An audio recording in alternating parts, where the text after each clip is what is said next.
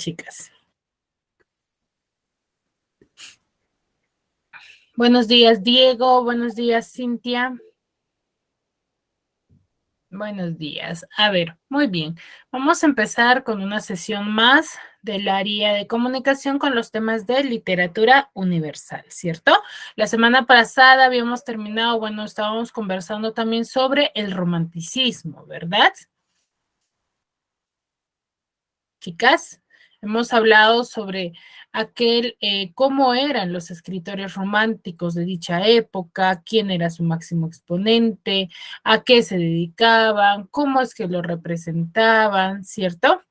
Y como en un inicio yo les manifestaba, toda corriente literaria o toda literatura, tanto literatura universal como literatura peruana, se va a basar en corrientes literarias, de las cuales van a ir mejorando a través del tiempo. Se les conoce con otro nombre, por ejemplo, hemos hablado de literatura clasicista, literatura romántica, ¿cierto? Y cada una de ellas tiene sus propias características, tiene su propia evolución, su propia, se podría decir, su propia aporte a la humanidad, ¿cierto? Y cada uno de ellos van a mostrar temas distintos en base a la realidad, en base a lo que ellos o los escritores de dicha época estén viviendo. ¿Sí? A eso se refiere. El día de hoy vamos a hablar sobre el realismo, ¿ya? Habíamos hablado sobre un romántico, sobre un escritor romántico que se basaban mucho en el sentimiento, ¿cierto? El sentimiento era predominante en el desarrollo de los románticos, ¿no? De dicha época. Recordemos que surge en Alemania el romanticismo y que se le conoce como el movimiento de Sturm und Drang, el cual se le conoce así porque se va a desarrollar o es una obra teatral de dicha época y que está, y por eso se le denomina de ese nombre, ¿no? Porque era lo más, se podría decir, el más famoso. ¿Ya? Y luego se va a expandir, luego que surge en Alemania con esta obra teatral, se va a expandir por toda Europa durante el siglo XIX, ¿cierto? Mayormente se le conoce el romanticismo como aquel movimiento cultural espiritual renovador, ¿qué quiere decir? Predominaba mucho el sentimiento. Y de ahí va a surgir lo contrario, ¿no? A ello, que va a ser el realismo, ¿cierto? Dejamos de lado un poco lo que es el sentimiento y vamos a ver de qué nos habla el realismo o a qué nos referimos, ¿ya?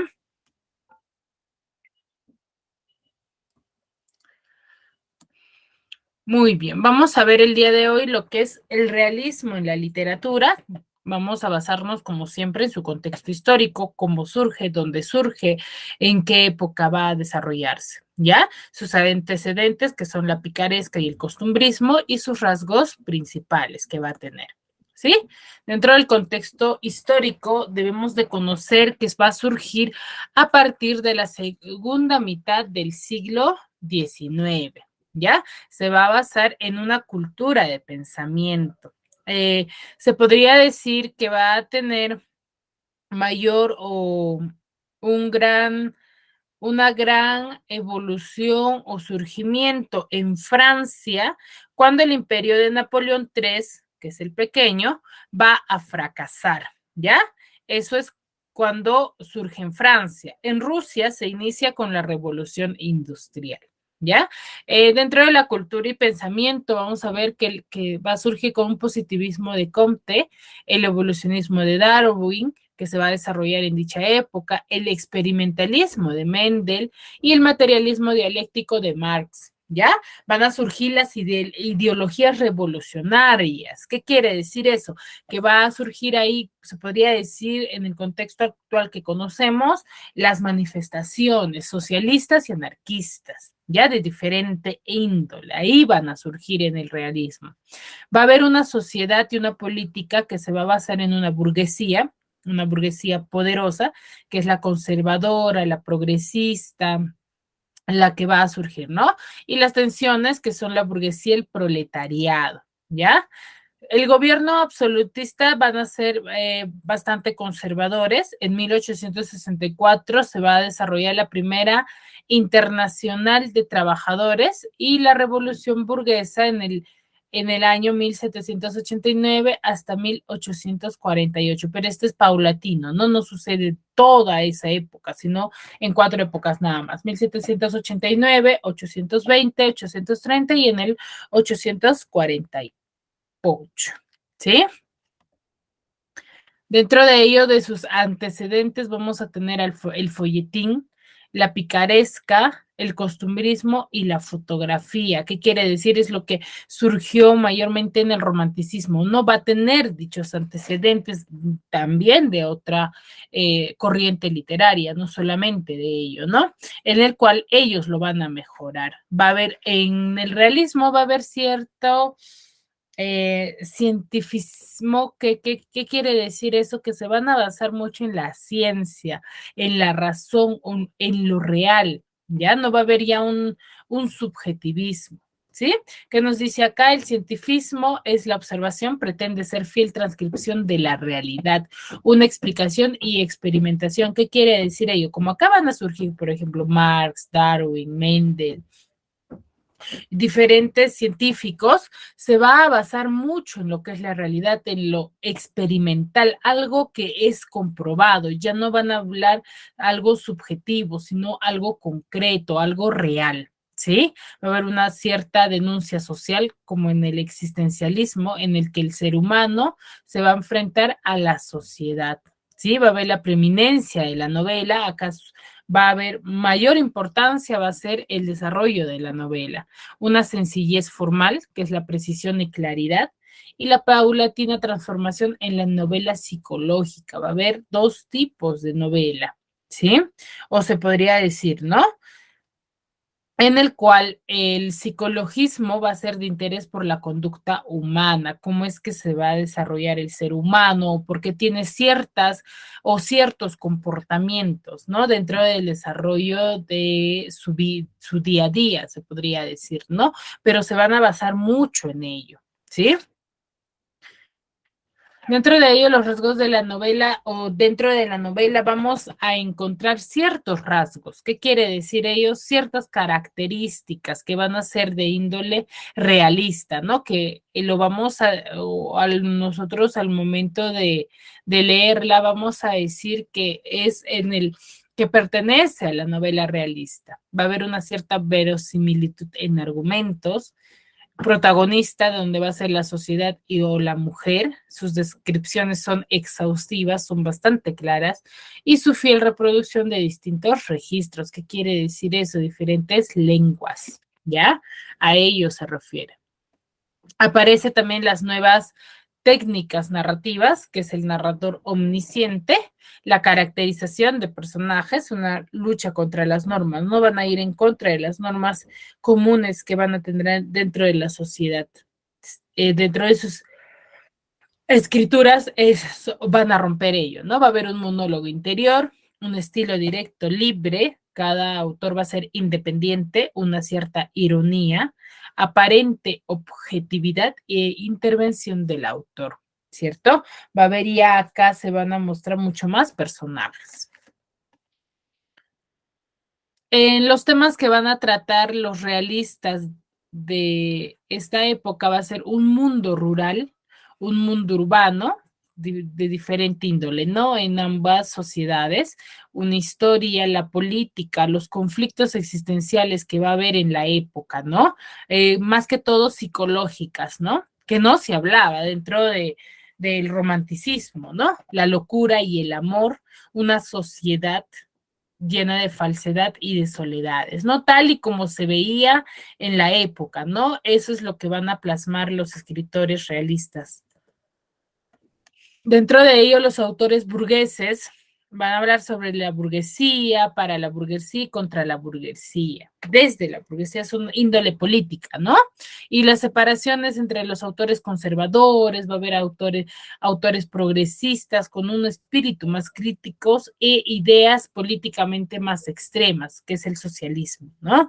Van a basarse en ello. en la burguesía, la política o la índole social, se podría decir, o caracterización social, o cómo era la jerarquía social de dicha época, era en base a la burguesía. ¿Sí? Vamos a ver así distintos tipos de, o el realismo en los diferentes lugares que ha surgido, ¿no? Que el máximo es en Francia, ¿no?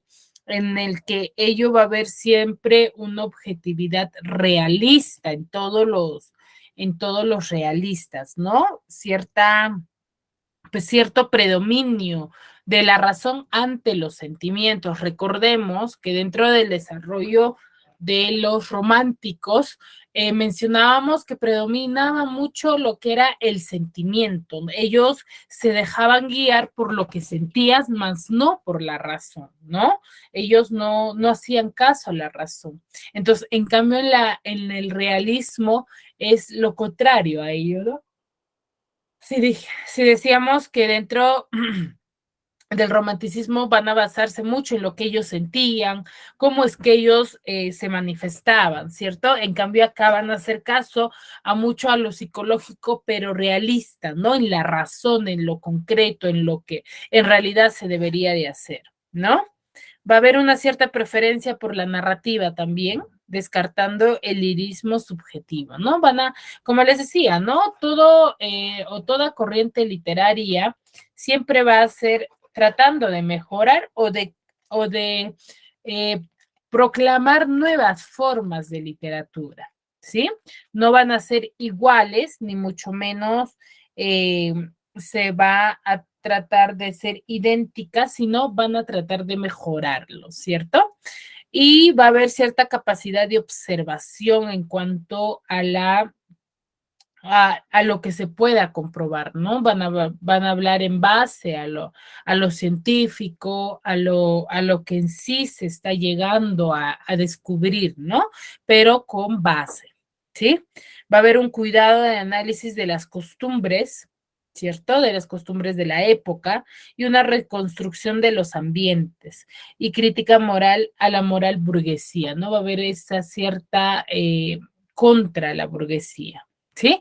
Dentro del desarrollo del realismo inglés, se va a mostrar una sociedad burguesa más consolidada por la revolución industrial, que va a tener la mayor proyección del realismo, ¿no? Dentro de ello. Un optimismo y complacencia típicas del periodo victoriano inglés. Dentro de ello vamos a tener a los máximos o los autores de dicha época, es a Dickens, a Wilde, Oscar Wilde, William, Ty William Thackeray, Will Collins y Hermanas Broad. Sí, son los exponentes o los autores del realismo mágico. ¿Sí? Dentro de ello, el máximo exponente de ello, digo, el realismo inglés. Disculpen. Dentro de ello vamos a tener a Charles Dickens, que es uno de los máximos exponentes del realismo inglés, que va a, bueno, vamos a tener el desarrollo de él de 1812 a 1870. Eh, es la mayoría de los personajes que Charles Dickens nos va a plasmar en sus obras van a ser personajes infantiles, humorísticos, que va a dulcificar su crítica e importante ironía, ¿no? Tiene un estilo sencillo, que quiere decir ello que va a ser fácil de comprender, fácil de interpretar y una viveza en la reproducción de los personajes, ¿no? Cómo ellos van a salir de una escena a otra y cómo es que cambian su escenografía, se podría decir, ¿no? Cierta descripción de sus personajes y una coherencia formal. Su aguda percepción de la condición humana también y sus rasgos melodramáticos, ¿no? Los folletinescos y los sentimentales. Va a tener ciertos rasgos todavía ahí, ¿no? Hasta acá, ¿me dejo entender, chicos? Sí, Miss. Muy bien.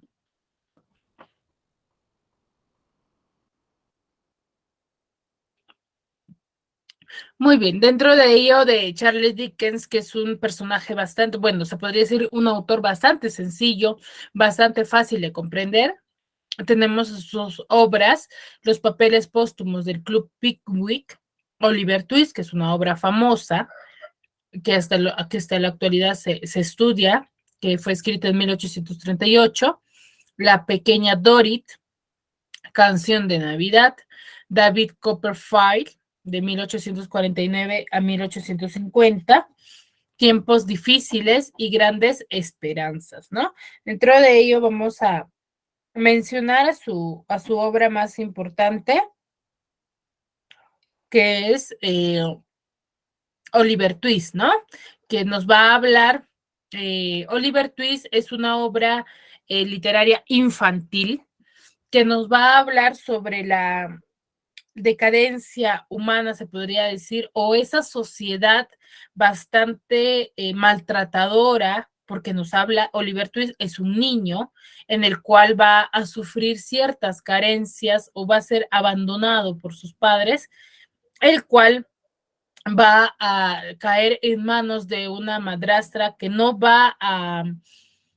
lo va a tratar de manera amorosa, ¿no? Sino va a tratarlo de una manera discriminatoria, no le va a dar lo que quizás a un hijo se le puede dar, ¿no? El amor, el cariño, la atención, y va a llegar a surgir o va a caer en manos de las cuales va a sufrir mucho el niño, ¿no? Las decadencias, va a pasar un frío, ¿cierto? La mayoría de sus años de Oliver Twist va a pasar en un orfanato, que es de la señora Mann, que es la persona quien le va a tratar, ¿no? Muy mal, ¿no? Que igual que a los otros niños del orfanato, Oliver va a sufrir hambre, no le van a dar comer continuamente. Los niños van a decidir entonces jugar a quién de ellos va a pedir un plato más de comida, ¿no? Jugaban a ello, ¿no? Porque no estaba dentro de sus derechos comer dos platos, ¿cierto? O no comer.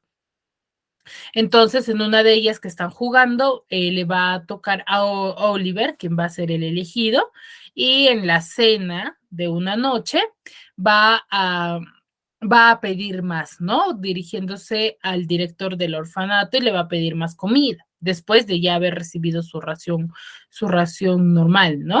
Debido a este pedido, él va a ser tachado de problemático, ¿no? Por el señor Brumby, que es el director del, del orfanato, ¿ya? Y quien lo va a ofrecer como aprendiz a cualquiera que lo quiera contratar, ¿no? Quienes iban, como en la actualidad, ¿no? Iban personas tratando quizás de adoptar, pero ellos también tenían conocidos y lo mandan a trabajar de aprendiz a él. ¿Sí? Así es en el que Oliver, en base a ello, se va a convertir en un aprendiz de un señor llamado Sowerberry, que van a ser, va a ser un empleado que va a decidir escapar de Londres en base a los maltratos que va a surgir por este señor, ¿no? En las afueras de la ciudad estaría cansado una vez que ya haya, que él escapa, va a conocer a Jack Dawkins, que es el pillastre, quien le va a ofrecer un lugar donde hospedarse en Londres, ¿no? Lleno de inocencia. Oliver se va a ir a esta posada, se podría decir, ¿no? Y va a tratar de mejorar su situación, ¿no? Y va a tratar, en sí la obra de Oliver Twist va a narrar todas aquellas decadencias que van a pasar en Londres, ¿no? Cómo es que eran tratados o cómo era la sociedad de dicha época, ¿no? Se va a percibir una pobreza, porque a Oliver lo van a describir dentro de la obra como un niño, se podría decir, mal vestido, oloriento, en el cual va a estar inmerso, por ejemplo, en la delincuencia debido a su necesidad, ¿no? También en esta ciudad, en Londres, una vez que él se haya escapado, va a conocer a una mujer llamada Nancy, quien se va a ganar la vida en la calle, ¿no? O quien se gana la vida en la calle, en el cual va a seguir sus pasos de ella, ¿no? Porque él también vivía ya en la calle, ¿no? Y de esa manera después de un transcurso de una época en el que Oliver va a pasar carencias, va a sufrir demasiadas decepciones humanas, se podría decir, va a conocer al señor Brownlow, quien va a ser adoptado por él, ¿no? Y a Rosa Fleming y Enrique Maybe, quienes van a ser, se casan y la señora Maybe vive con ellos, ¿no? Va a ser adoptado por esa familia y todos ellos van a también, van a vivir juntos en una misma aldea y de esa manera termina la novela, ¿no? Y como les decía, ¿no? Dentro de las características del romanticismo, nos narra mucho lo que es la sociedad que se desarrollaba en esa época, cómo es que ellos vivían, cuál era en sí de Charles Dickens, mencionaba lo que era una oposición a esa sociedad que él era, ¿no? Que él vivía, ¿no? Pero como se decía, ¿no? La mayoría de sus obras va a estar llena de personajes infantiles. Ya eso por parte del realismo inglés. De ahí tenemos a otro exponente que es Robert Louis Stevenson, quien nos habla sobre la isla del tesoro en 1880, privilegia la aventura de lo salvaje, de zonas marginadas de Asia o América. Su protagonista también es un niño y una situación inicial desgraciada, ¿no? Una sociedad bastante maltratadora, ¿no? Se presenta también el viaje, se le va a presentar como evasión o escape, como era quizás en Charles Dickens, ¿no? Con Oliver Twist, que decide escapar. Entonces, eso es como el surgimiento de otra época, ¿no? Y refleja la sociedad de su época, en la hipocresía de los personajes buenos, ¿sí? Y en cierta nobleza en los malvados, ¿no? Va a hacer cierta ironía en ello, ¿no? Porque la nobleza no siempre está dentro de los malvados y mucho menos y la hipocresía, sí se podría decir, ¿no? Que la mayoría de las personas lo manejan. El extraño caso del doctor Jekyll y Mr. Hyde es una extraña joya de la literatura inglesa que va a estar bastante con presencia del psicologismo en el análisis de la maldad del yo más íntimo, ¿no? Que va a tener el ser humano, ¿sí? Porque nosotros hablamos sobre un realismo psicológico es que va a basarse mucho en la razón, pero hay dos realidades, un realismo psicológico y un realismo social, ¿no? Un realismo psicológico que va a estar basado en la razón, en la psicología del ser humano, cómo es que va a enfrentar distintas realidades, ¿no? Y un realismo social va a estar en contra de la sociedad que se vivía en dicha época, ¿sí?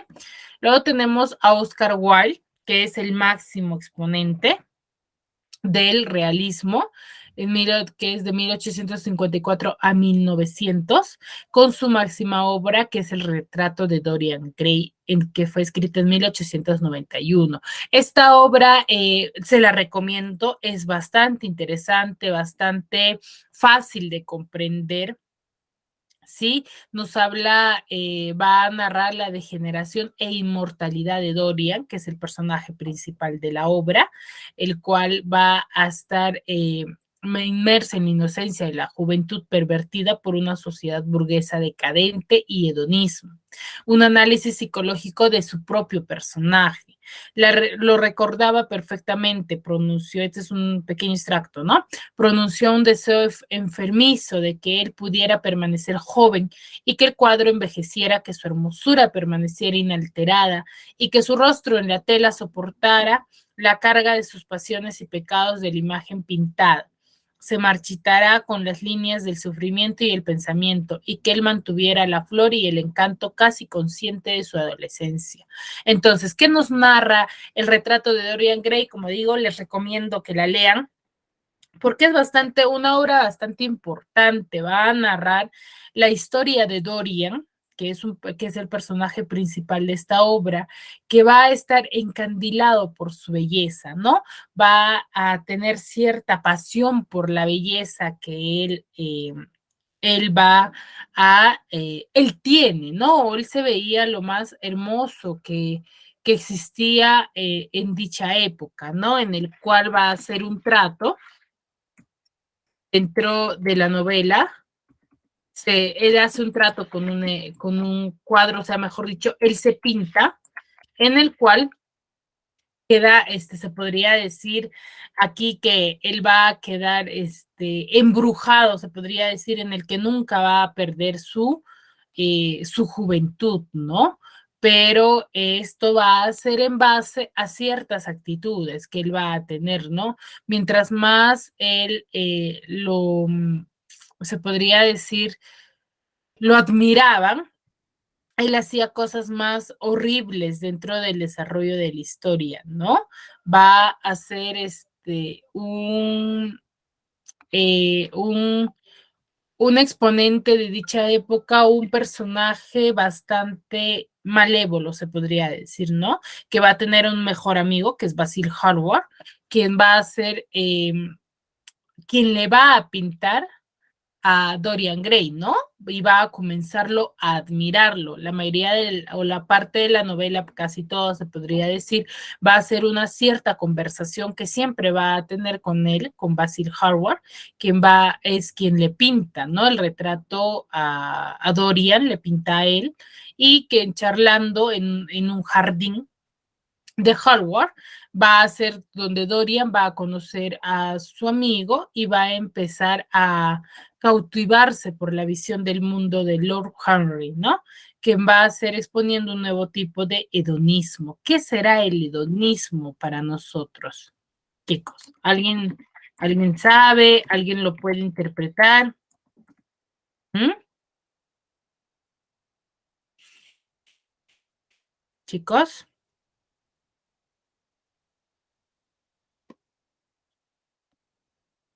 chicos, Miss, ¿qué será el hedonismo?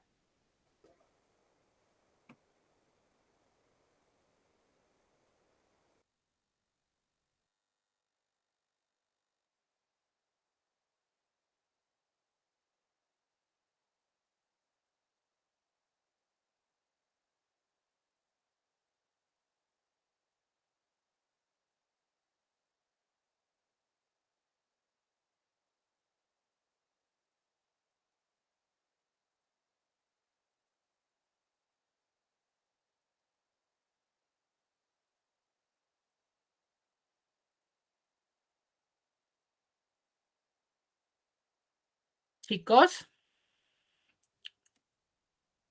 A ver, nosotros cuando hablamos del hedonismo, que es parte de la escritura o de la corriente literaria en el cual Oscar Wilde va a escribir, va a basar es una cierta búsqueda del placer y el bienestar en todos los ámbitos de la vida. Y eso es lo que se va a mostrar dentro de la obra de El retrato de Dorian Gray, ¿no? Él va a tener cierto placer, cierta atracción por el retrato que fue pintado por Basil Howard, ¿no?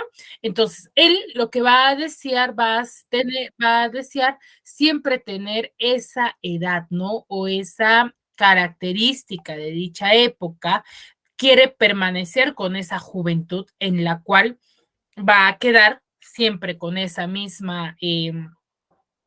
mismo rostro, pero todos los cambios o todas las maldades que se pueda mostrar, el envejecimiento que va a tener, se va a mostrar en el retrato que fue pintado, ¿no? Y con el tiempo, él nunca va a envejecer, pero sí su retrato, ¿no? Su retrato va a tener, por ejemplo, los daños de su rostro, el envejecimiento, y se va a convertir en un hombre lujurioso, ¿no?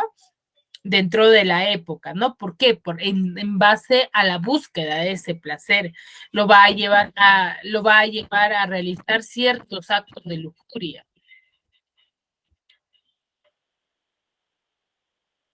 ciertos actos de lujuria de la cual va a mostrarse en su rostro, ¿no? Por cualquier maldad, todo ello se va a mostrar en su rostro, ¿no? Se va a mostrar sus pecados, su mala forma de vida, su falta de cuidado, ¿no? Todo ello, ¿no? Entonces es una obra bastante llamativa bastante didáctica, fácil de comprender, que desde inicio a fin te va a cautivar con la historia de Dorian Gray, ¿no? En el cual en base ya a demasiada lujuria, porque va a haber muerte, en el cual va a asesinar, va a ver al retrato horrorizado, en el cual Dorian va a tener cierta actitud repugnante por ese rostro que recién se da cuenta todo lo malo que ha hecho, se va a mostrar una persona horrible, ¿no? En el cual eh, va a asesinar a Basil Howard, que es lo que le va a marcar a él, y finalmente va a decidir destruir su retrato, ¿no? Pero al destruir su retrato, va a matarse a sí mismo él, en el cual los sirvientes van a encontrar a un anciano muerto, no a un Dorian joven, ni mucho menos lleno de una belleza que la cual se le caracterizaba a él, ¿no? Se va a convertir en el hombre en que sí era en dicha época, ¿no? Mientras que en el 4 se va a ver de nuevo a un bello joven, ¿no? Tal y como lo habían pintado al inicio, ¿no? Entonces, como les digo, es una obra bastante didáctica y bastante fácil de comprender y llamativa, ¿no? Desde inicio a fin. Y acá se va a ver un análisis psicológico del personaje, ¿no? Más que todo de Dorian, en el cual hay varios capítulos de la obra en el cual se va a narrar cómo es que Dorian se sentía, cada acto que él realizaba, lo conversaba con Basil Howard, quien va a mostrar ciertos sentimientos, cierta psicología, analizando su sentimiento, analizando su comportamiento, ¿no? Otros personajes de la época tenemos a William Thackeray, de 1811 a 1863, que con su obra La Feria de las Vanidades, esta obra está basada en una visión crítica, tierna e irónica de la sociedad de su tema, ¿no? Va a haber un trama sentimental también en el desarrollo de esta novela, que es la mayoría de todas, ¿no? Se va a ver.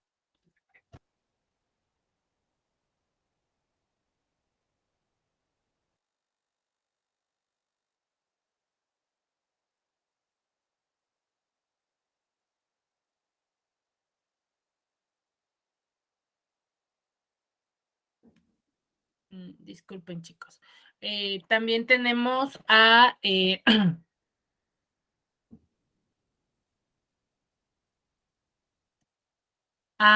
Warwick Collins, de 1824 a 1889, con sus novelas de intriga, que es La Piedra Lunar y La Dama de Blanco. Hermanas Bronte, que va a haber un tono misterioso y romántico de sus novelas. La pasión amorosa también va a desempeñar un papel fundamental dentro de la obra. Tenemos los personajes Emil, Charlotte, Annie, con Cumbres Borrascas, Jane Eyre y Agnes Grey con Annie, ¿no? Y George Eliot, que es Marianne Evans, con Silas Marner en 1861 y Midland Mark en 1871. Va a haber una descripción de ambientes provincianos y conflictos morales de la época, ¿no? Eso es por parte del realismo inglés, ¿no? Dentro del realismo norteamericano vamos a tener a Mark Twain de 1835 a 1910, donde muestra una obra sencilla y humorística, como la mayoría de las obras del realismo.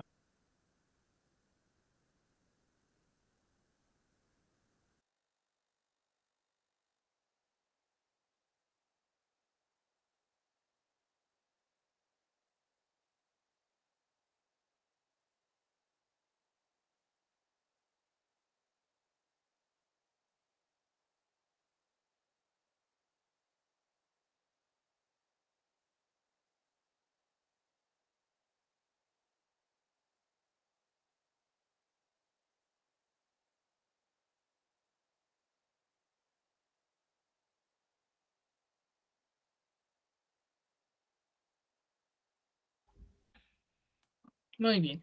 Y con Herman Melville, quien va a hacer sus obras de corte marinero aventurero, y Moby Dick con personajes atormentados, ¿no? Cercana a la novela psicológica en el análisis de los caracteres. ¿Qué quiere decir? A sus características, ¿no? De su carácter de cada uno de los personajes. La mayoría de las obras realistas se va a basar en ello, ¿no? En un análisis psicológico del carácter del personaje. ¿Sí? Y dentro del realismo francés es donde se va a desarrollar un cierto realismo psicológico, va a estar basado en ello, ¿no? En lo frío y en lo cerebral, ¿no? En lo razonable, ¿sí? El autor que tenemos dentro de ellos es a Henry Bailey con Stendhal, que va a ser un romántico en perpetuo conflicto con la ruina de la sociedad, ¿no? Tenemos sus obras El Rojo y el Negro y La Cartuja de Parma, ¿no? El Rojo y el Negro es escrita en 1830, es una historia del fallido intenso de ascenso social y de conquista de la felicidad por parte de un plebeyo, ¿no? ¿A quién se le conoció un plebeyo? Aquella persona que no era, como se le podría decir ahora, el pobre, ¿no? Al que no tenía la economía suficiente, ¿no? Economía suficiente. Sin más medios que su ambición, va a haber una actitud neutral y un sobrio estilo, ¿no? Una radiografía de la hipócrita sociedad burguesa francesa, ¿no? Eso va a narrar en El Rojo y Negro. Y La Cartuja de Parma, escrita en 1839, va a haber un ambiente en Italia, sus vicisitudes de un joven aristócrata repudiado por su familia que va a emprender una carrera eclesiástica y política, y el cual va a triunfar a costa de numerosas intrigas y de sacrificar su gran amor, ¿no? Entonces eso se ve en La Cartuja de Parma. Y tenemos a Honor de Balzac, de 1799-1850, quien va a ser uno de los mayores exponentes también del realismo psicológico, se podría decir. Él es el autor más importante de la época, quien va a denunciar el exceso, la personificación en la frivolidad, la moralidad y la corrupción. Sus primeras obras van a ser de tono romántico, las historias o simbólicas, La piel de Zapa, policíacas como un asunto tenebroso. Los protagonistas van a ser damas, jóvenes de sangre azul, de familias nobles, aristócratas, cansados de la vida, desilusionados y apáticos, y también va a haber burgueses, ¿no? Sus grandes novelas realistas son Comedia Humana, que es un vasto proyecto del universo novelesco, en el cual va a haber personajes que van a circular de novela en novela, ¿no? Varias de sus novelas, ¿no? Honorato Balzac va a ser el creador de la novela sociológica, ¿no? Como sus mismas características de su obra lo dicen, ¿no? La comedia humana va a ser un compendio de más de 80 novelas, entre las que van a estancar Eugenio Grande, La casa de Nucingen, El diputado de Arcis, Los Chuanes, El lirio del valle, La piel de Zapa, Fisiología del matrimonio y Papagoriot, que es una de sus obras más importantes, ¿no? En el cual se van a narrar las escenas de la vida privada. Las hijas del anciano Goriot no van a dudar en explotarlo con tal de satisfacer sus caprichos de lujo, ¿no? Acá se va a ver cierta explotación a un padre, ¿no? Por sus propias hijas, ¿sí? Y en esta parte tenemos un pequeño extracto respecto a lo que es de Papagoriot, ¿no? Nos dice, el jefe fue directamente hacia él, le dio en la cabeza un manotazo tan violento que le hizo saltar la peluca y dejó al descubrimiento la cabeza de Collín en todo su horror, acompañados de unos cabellos rojos, ladrillos rojo ladrillo y cortos que les daban un espantoso carácter de fuerza mezclada con astucia. Aquella cabeza y aquella cara, en armonía con el busto, se vieron inteligentemente iluminados como si los fuegos del infierno les hubiera encendido. Todos comprendieron por Vautrin su pasado, su presente, su futuro, sus doctrinas implacables, la religión del placer, la majestad que le daban el cinismo de sus pensamientos, de sus actos y la fuerza de su organismo, adoptado a toda la sangre, a todo, ¿no? La sangre se le subió al rostro y sus ojos brillaron como los de un gato montés. Dio un brinco con un movimiento tan enérgico, dio tales rugidos que arrancó gritos de terror a todos los huéspedes de la pensión. Ante este gesto de león y apoyándose en el clamor general, los agentes sacaron las pistolas. Collin comprendió el peligro que corría y dio de pronto la prueba de más alto poder humano. Horrible y majestuoso espectáculo. Su fisonomía ofreció un fenómeno que no puede compararse más que con el de la caldera, llena del vapor que levantaría montañas y que disuelve en un abrir y cerrar de ojos de una gota de agua fría. La gota de agua que enfrió su cólera fue una reflexión rápida como el relámpago. Sonrió y miró su peluca. No es este uno de tus días corteses, le dijo el jefe de la policía de seguridad, y tendió sus manos a los gendarmes, llamándoles con un gesto: señores gendarmes, ponedme las esposas, tomo por testigo a las personas presentes de que no ofrezco resistencia. Esta es una parte de un extracto de la obra de Papagoriot, ¿no? Que también es una obra que les recomiendo que la lean, ¿no? Y luego tenemos a Gustave Flaubert, que también es parte de la novela sociológica dentro del realismo, ¿no? Va a abundar en la psicología de los personajes, una cuidadosa descripción de ambientes de cada escena, ¿no? Eso se va a mostrar dentro de la obra. Un ideal de perfección literaria basado en la objetividad y la impersonalidad, ¿no? En lo objetivo, en lo racional, en lo razonable se va a mostrar, ¿no? Hasta acá, ¿me dejo entender, chicos? Sí, Miss, está claro. Sí, Sí. Miss. Muy bien. Dentro de Gustavo Flaubert vamos a tener a su obra más importante, que es, bueno, a su máxima exponente, que es Madame Bovary, que es escrita en 1857, quien va a hablarnos sobre el proceso judicial por la inmoralidad.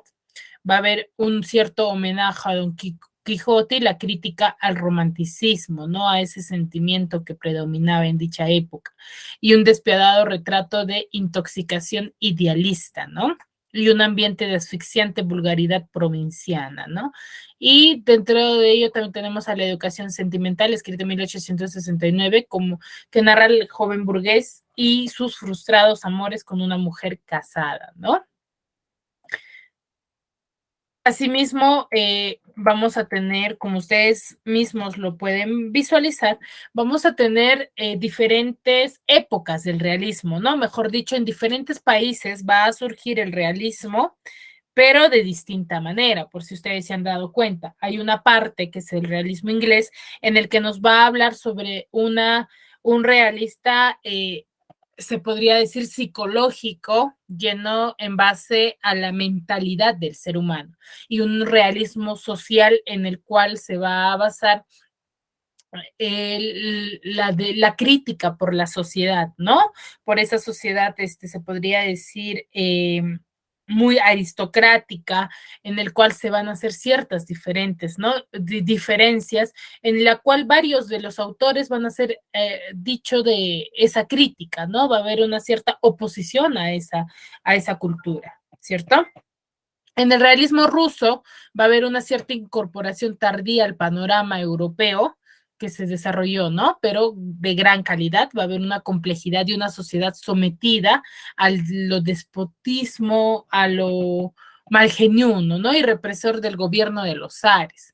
Va a haber una denuncia de la miseria de sus campesinos, a esa crítica, ¿no? Cómo es que los campesinos o de baja élite vivían, ¿no? Sometidos como siervos a la nobleza, ¿no? Como ellos eran explotados por la nobleza. Va a haber cierta denuncia dentro de sus obras.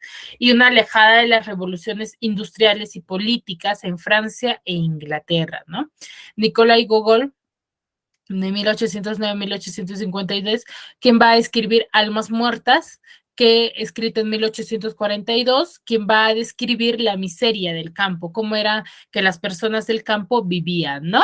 Y al máximo exponente ruso que tenemos, que es a Fyodor Dostoyevsky, de 1821 a 1881, quien nos va a narrar cierto realismo psicológico, una capacidad de penetración en la vida de los personajes, una minuciosidad para relatar relaciones de servidumbre, cómo es que la servidumbre vivía, cómo se comportaba o cuál era el papel fundamental dentro de la sociedad, ¿no?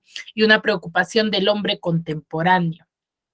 También nos narra la vida de la ciudad con paseos, tabernas y vivencias, ¿no? Sus obras más importantes son Crimen y Castigo, del cual vamos a hablar, sobre la moral del amor supera la teoría del egoísmo racional, que va a predominar dentro de esta obra. El jugador, que es un personaje criado, acompaña al casino a sus amos y termina cayendo en la tentación del juego, ¿no? Y Los hermanos Karamazov, que también es una obra bastante famosa de Fyodor Dostoyevsky, que va a narrar sobre la ambigua complejidad del alma humana a través de una sociedad, de una familia campesina, ¿no? Va a haber cierta relación en ello. Y luego tenemos a León Tolstoy, que nos va a hablar dos obras sumamente importantes de Ana Karenina y Guerra y Paz.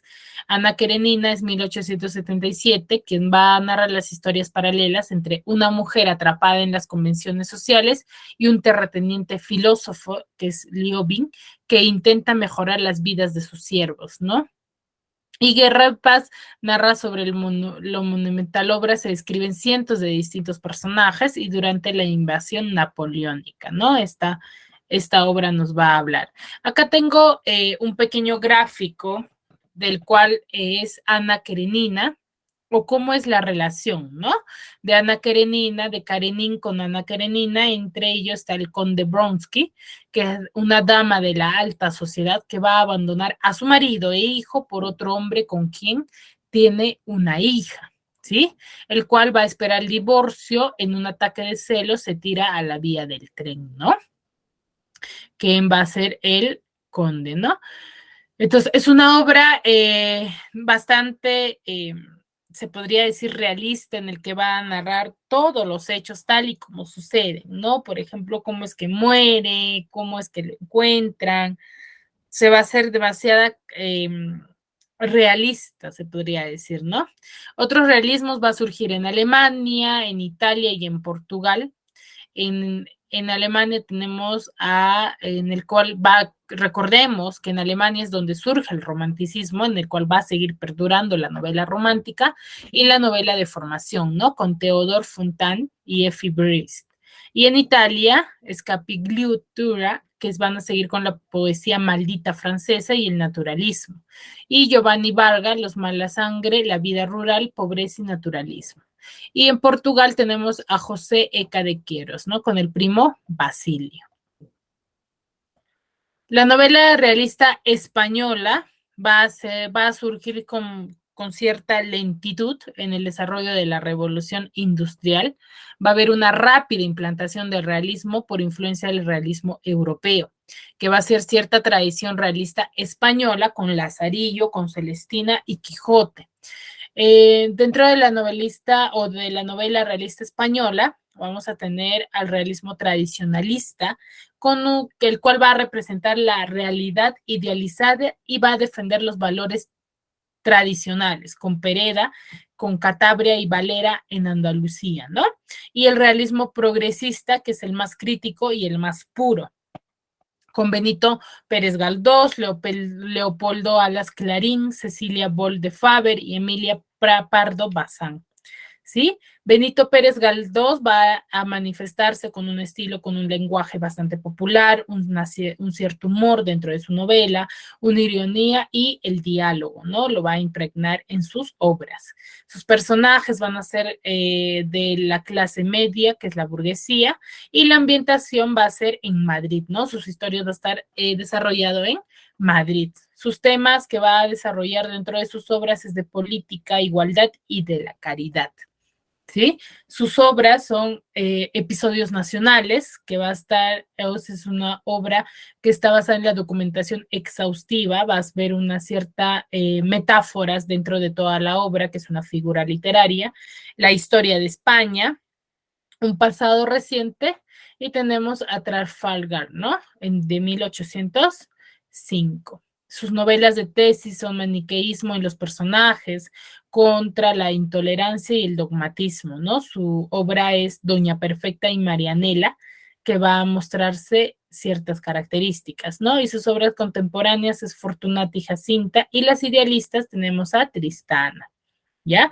Acá tenemos un pequeño gráfico de cómo es que surge la historia de Fortunata y Jacinta, ¿no? Una burguesía, se va a mostrar una burguesía explotadora, aburrida, incapaz de crear vida, y van a terminar juntos, ¿no? Que es Juanito Santa Cruz con Jacinta, ¿no?